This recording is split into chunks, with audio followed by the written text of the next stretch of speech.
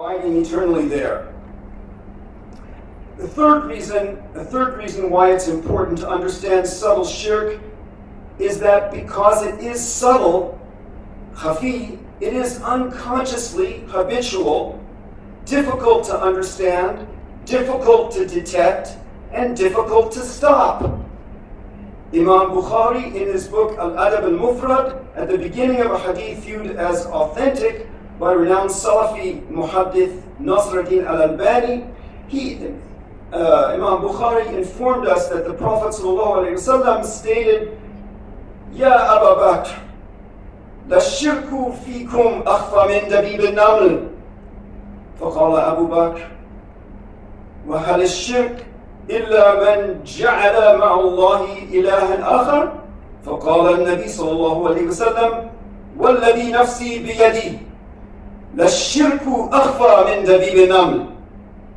Truthfully, O Abu Bakr, shirk is more subtle than the crawling of an ant. And other versions have more subtle than the crawling of an ant on a bench in a dark night. Then Abu Bakr asked, isn't shirk simply taking another God alongside Allah? So the Prophet ﷺ replied, I swear by the one in whose hand is my soul, truthfully shirk is more subtle than the crawling of an ant. This idea that shirk is more subtle than it seems was formulated originally by the Prophet ﷺ into the concept of subtle shirk, al-shirk al-khafi, as I will demonstrate. It was accepted by a broad consensus of Muslims throughout history and was especially highly significant and further developed in the history of the Ahl Tasawwuf, where the concept of subtle shirk was psychologically and spiritually nuanced beyond its original ethical sense.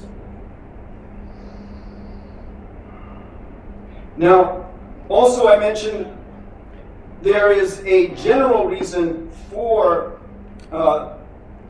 speaking about shirk, and this is the importance, this general reason for the importance of not committing shirk, and this is the fact that throughout the Quran and the Sunnah, Allah subhanahu wa ta'ala strongly discourages us from committing shirk.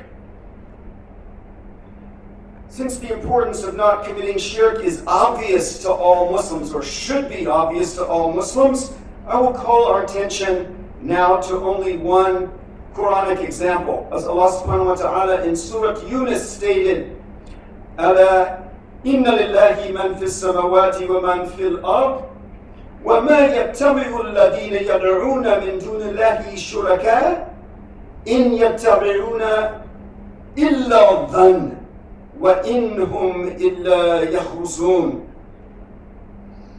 Behold, truly to Allah belongs whoever is in the heavens and on the earth. And what is that they follow? Those who call upon partners, shuraka, other than Allah. They follow nothing but conjecture, and they only surmise. What is clear from this ayah is that in reality, although Allah subhanahu wa ta'ala does not have partners, sharik or shuraka, people have a tendency, in spite of their intentions, people have a tendency to try to make many things into pseudo-gods, as if they were partners to Allah and gods in their own right. The Quranic concept of sharik is not the only Quranic term for pseudo-gods that humans take alongside of Allah. Other similar terms in the Quran are ilah and aliha, the plural, and dadan, meaning equals or peers, and kufu, meaning equal and equal. For example, in Surah Yasin, Allah subhanahu wa ta'ala states, وَاتَّخَذُوا مِن دُونِ اللَّهِ آلِهَةً لَعَلَّهُمْ يُنصَرُونَ لا يستطيعون نصرهم وهم لهم جند محضرون. And they take to be gods what is other than God, what is other than Allah, hoping that they will be assisted by them. But those pseudo-gods are not able to help them, even though they are like troops arrayed. Consequently, it should be clear from the Quran Kareem that people have a tendency to take shariks, these partners for God, and to worship pseudo-gods, aliha, instead of sincerely worshiping Allah subhanahu wa ta'ala alone. Furthermore, Allah subhanahu wa ta'ala instructs us not to worship these pseudo-gods.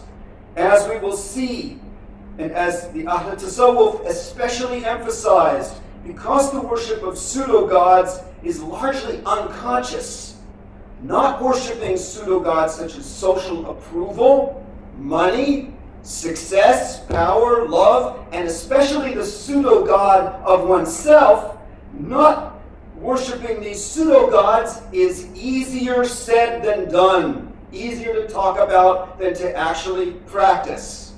All of us, a'udhu billahi minash shaitanir rajim, all of us worship pseudo-gods.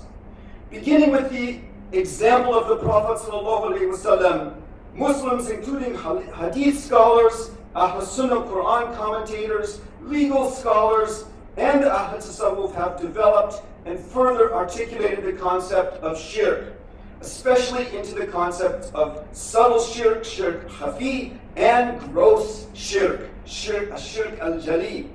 At first, subtle shirk was defined, historically speaking, first development was defining subtle shirk as ostentatiousness, riyah, and hypocrisy, nifaq, in the sense of worship not simply for Allah's sake, but to gain the approval of one's fellow Muslims. Gross shirk, on the other hand,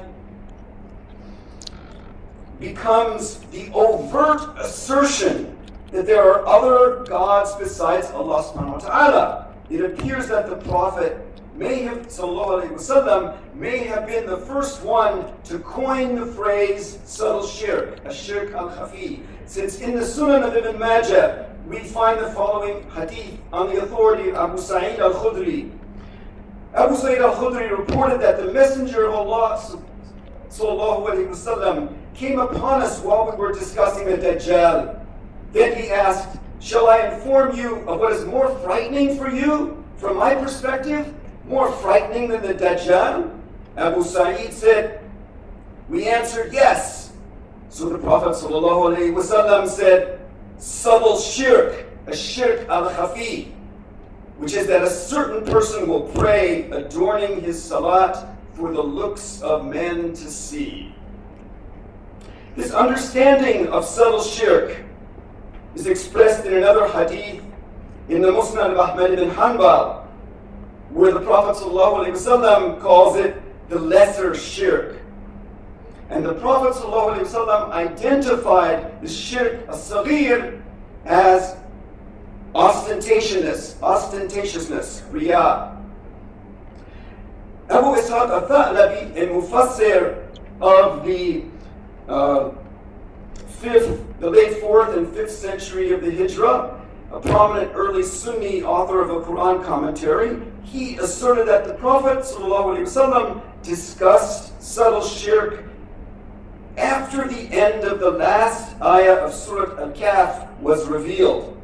Namely, Allah subhanahu wa ta'ala revealed the words, "Whoever hopes to meet his Lord Sustainer should act sincerely and not associate any others while worshiping his Lord Sustainer. فَمَنْ كَانَ يَرْجُو لِقَاءَ رَبِّهِ فَلْيَعْمَلْ عَمَلًا صَالِحًا وَلَا يُشْرِكْ بِعِبَادَةِ رَبِّهِ أَحَدًا." Upon receiving this revelation, Thalabi reported that the Prophet ﷺ said that in truth, the most frightening thing that I am afraid of occurring to you is subtle shirk. Beware of shirk in your inner cores, since shirk is more subtle among my people than the crawling of an ant on a bench on a pitch black night. Al-Mawardi, a prominent 5th century author of Shafi'i fiqh, in his book Al-Hawi al-Kabir fi fiqh madhab al-Imam al-Shafi'i, stated that subtle shirk was hypocrisy, nifaq. Even Muhammad ibn Abdul Wahhab and hence generation of Wahhabi scholars writing after him also utilized the concept of al-shirk al-khafi. These examples of the use and development of the concept of subtle shirk among Muslims illustrate that in doing so they were participating in the ongoing effort of Muslims since the origin of Islam to develop the meaning of the Quranic concept of shirk. Moreover, such development has been part of the broader Islamic project to discover the infinite dimensions and applied wisdom for all times inherent in the Quranic revelation. The Ahl Tasawwuf were also among those who developed the understanding that subtle shirk was hypocritical performance of ritual actions in contrast with actions performed with sincerity, ikhlas, purely for Allah's sake. What is meant by hypocrisy in this case is doing religious actions for the approval of people rather than sincerely for Allah subhanahu wa ta'ala's sake. Such as if one is performing salat while thinking whether or not others are noticing one. In this vein, Sahl ibn Abdullah al-Tustari, the 9th century, the 3rd century of the Hijrah, 9th century CE, Sufi Sheikh, in commenting on the ayah in Surah Al-Ma'un, so woe be upon those who pray, who are heedless of their praise, who are heedless of their prayers, those who strive to be seen by others. Tustari stated that such hypocritical striving to be seen by others is subtle shirk, which he contrasted with ikhlas, sincerity, and he understood sincerity as doing something solely for Allah's sake.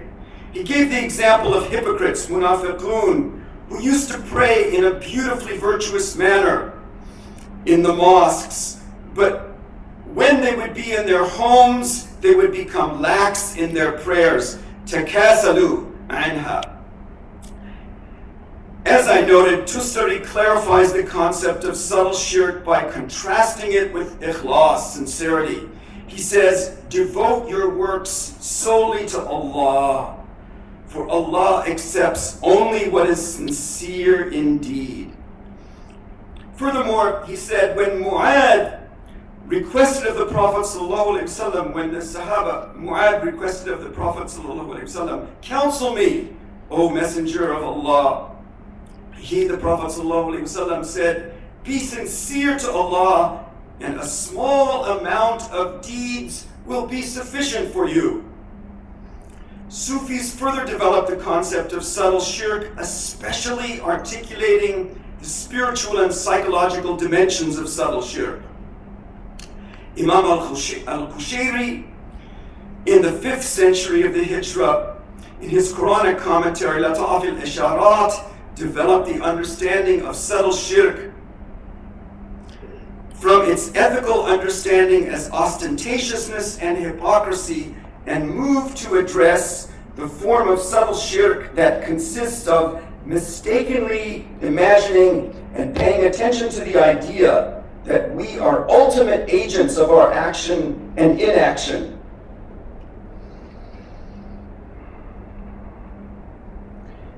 Also, Imam al-Qushayri addresses subtle shirk, identifying it with 3 things. Kaba'ir, first, major sins. Second, attention to social approval. And third, even awareness of oneself. He does this in his commentary on an ayah of Surah An-Nisa.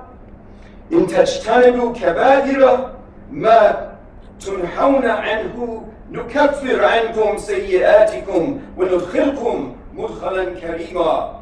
If you avoid, Allah subhanahu wa ta'ala says, if you avoid committing major sins that you are forbidden, we, Allah, will absolve you of your vices and enable you to enter a noble gate.